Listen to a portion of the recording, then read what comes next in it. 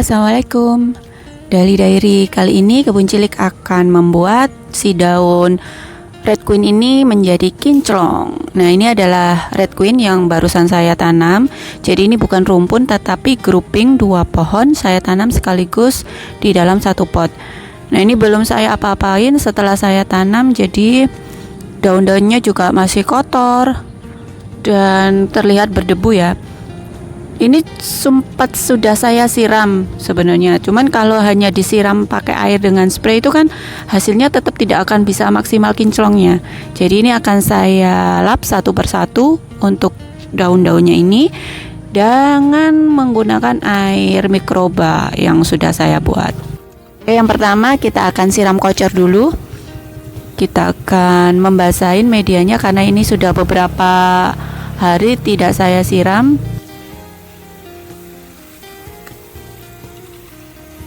Seperti ini ya, kalau medianya poros tuh ketika disiram dia pasti akan langsung keluar dari lubang-lubang pot di bawah.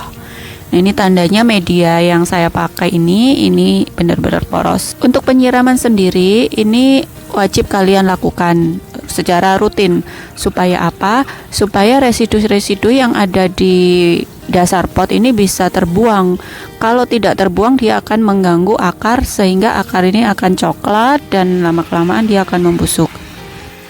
Nah, kalau grouping ini kan memang baru saya tanam, baru beberapa 1 mingguan lah.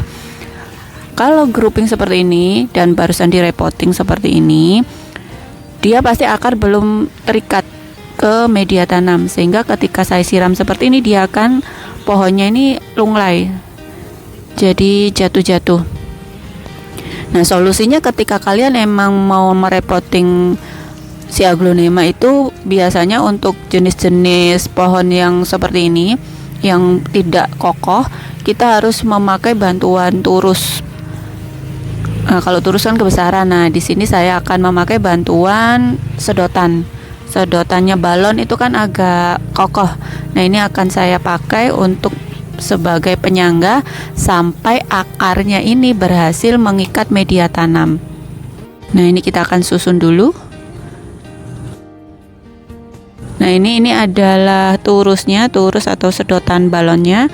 Ini akan saya letakkan di tengah sebagai penyangga di kedua pohon ini supaya dia terlihat lebih kokoh dan tidak gerak-gerak, karena kalau gerak-gerak dan goyang akarnya pun juga akan tidak stabil ya. Jadi diusahakan pohonnya ini tidak goyang-goyang. Jadi kita akan ikat di sini dengan kabel tis. Kalau kalian pakai velcro juga nggak masalah. Nah, kemudian kita akan susun daun-daunnya. Jadi grouping itu jangan asal ngegrouping. Supaya looksnya kelihatan bagus, kita juga harus menyusun susunan arah daun di tiap pohon ini ya. Nah, ini karena kepanjangan kita akan potong dulu.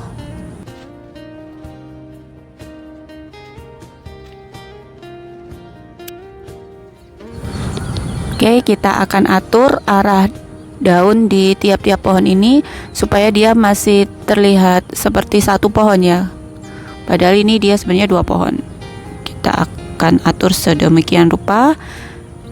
Sebenarnya tinggal tarik-tarik sih sebenarnya untuk menatur ini. Jadi ada daun di pohon satunya kita tarik supaya menempel ke daun yang pohon satunya lagi. Jadi tidak kita biarkan dia seperti berdiri sendiri-sendiri, tetapi kita susun supaya dia ini terlihat jadi satu kesatuan. Nah, kalau sudah disusun, sudah selesai ditata seperti ini, langkah selanjutnya adalah kita akan menggosok satu persatu daunnya ini dengan air mikroba atau air cem-ceman. Kenapa harus kita bersihkan tiap daun? Karena kalau disiram saja ini pasti akan ada sisa air yang akan membekas di daun-daun. Jadi memang kita harus lap satu persatu. Nah, ini adalah air mikrobanya. Ini saya buat dari kulit jeruk yang saya fermentasi. Ini saya kasih 1 botol tutup untuk takaran segini. Ini untuk melap. Ini kan sebagai untuk ini ya, lap daunnya ya. Ini jangan dosisnya jangan terlalu banyak. Nah, fungsinya apa? Kenapa saya harus memakai air mikroba ini untuk membersihkan daun-daunnya?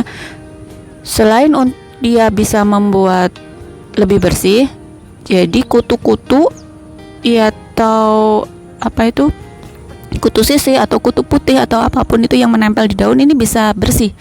Kita bisa meminimalisasi serangan dari hama kutu dengan cara membilas atau membersihkan daun-daunnya satu persatu seperti ini. Karena kalau kita tidak membersihkan, hanya disemprot aja, memang disemprot juga bisa sih.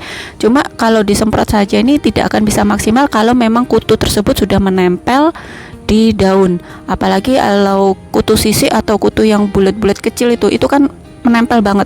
Kalau tidak kita tekan untuk menghilangkannya akan susah. Nah, ini kita lap satu persatu, tapi harus pelan-pelan karena rawan sobek kan kalau daun. Nah, di sini saya mengelapnya pakai tisu. Ini tisu yang agak tebal itu yang bisa kita peras, bisa kita bilas, bisa kita cuci sehingga kita bisa memakainya berulang kali. Jadi selain membersihkan kutu, air cam-caman ini dia juga bisa membuat kinclong daun-daun aglonema kita. Karena kalau kita siram itu kan pasti akan membuat bekas bercak air di daun. Ketika kita lap satu persatu ini, bekas-bekas bercak air itu akan hilang, jadi terlihat lebih mulus untuk daun-daunnya. Nah, kalau ditanya berapa kali sehari sih atau berapa kali seminggu untuk melap-lap seperti ini, kalau saya sih saya rutinkan. Cuma memang karena aglonema di sini terlalu banyak, jadi saya gilir. Pokoknya tiap weekend itu pasti akan saya lap, tetapi bertahap. Jadi weekend sekarang ini habis saya siram kocor, besoknya saya lap daun-daunnya, kemudian besoknya lagi baru siram pupuk. Jadi begitu 3 urutannya, siram kocor dulu, kemudian saya lap, terakhir baru saya siram pupuk. Dan itu bergantian sih, karena memang kan kalau semua diselesaikan dalam satu hari tidak akan cukup waktunya.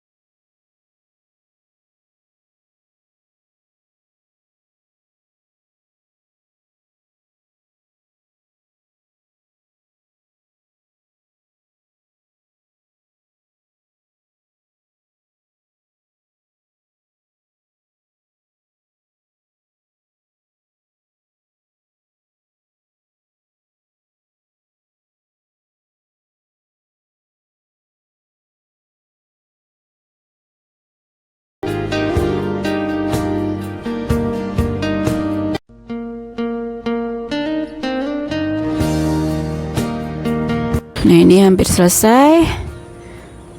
Nah, ini sudah selesai saya lap. Jadi terlihat dia lebih kinclong ya. Dia lebih bersih, lebih mulus, untuk warna daunnya lebih terlihat cetar. Jadi warnanya ini lebih terlihat keluar kalau kita bersihkan di tiap daun, di sisi atas maupun sisi belakang.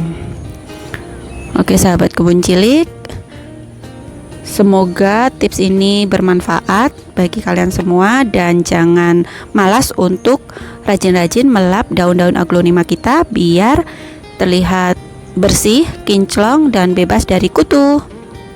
Selamat berkebun.